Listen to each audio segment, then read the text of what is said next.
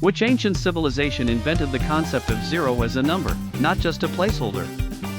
The mathematicians of ancient India, specifically scholars working in the Gupta Empire around the 5th century CE.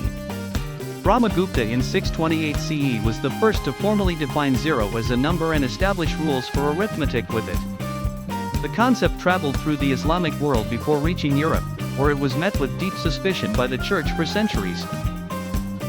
What did the Library of Alexandria actually contain, and how was it really destroyed?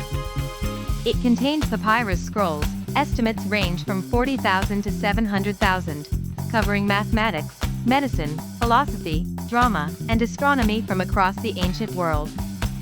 The popular narrative of a single catastrophic fire is inaccurate.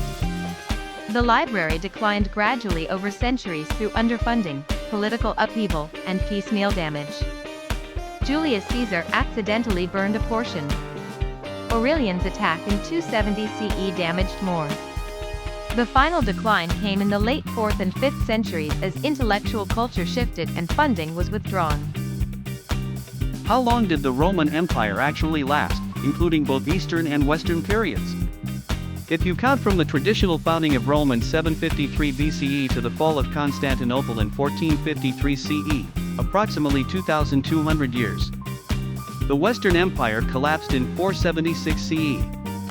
The Eastern Roman Empire, known as the Byzantine Empire, continued for another 977 years, speaking Greek, practicing Christianity, and calling itself Roman throughout.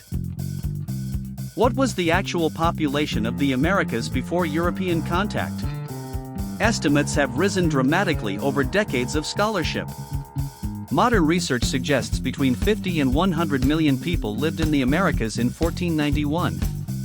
Within 150 years of contact, as many as 90% had died, primarily from epidemic disease against which they had no immunity. This demographic collapse, one of the largest in human history, preceded most of the European colonization that followed. Why did the Black Death end feudalism in Europe? The plague killed between 1/3 and 1/2 of Europe's population between 1347 and 1351. The sudden scarcity of labor reversed the power dynamic between serfs and lords for the first time in centuries. Survivors could demand wages and mobility. Lords who refused lost their workers to those who offered better terms. Within 2 generations, the feudal contract that had structured European society for 500 years had largely dissolved across most of Western Europe. What technology made the Mongol Empire's expansion across Eurasia actually possible? The composite recurve bow.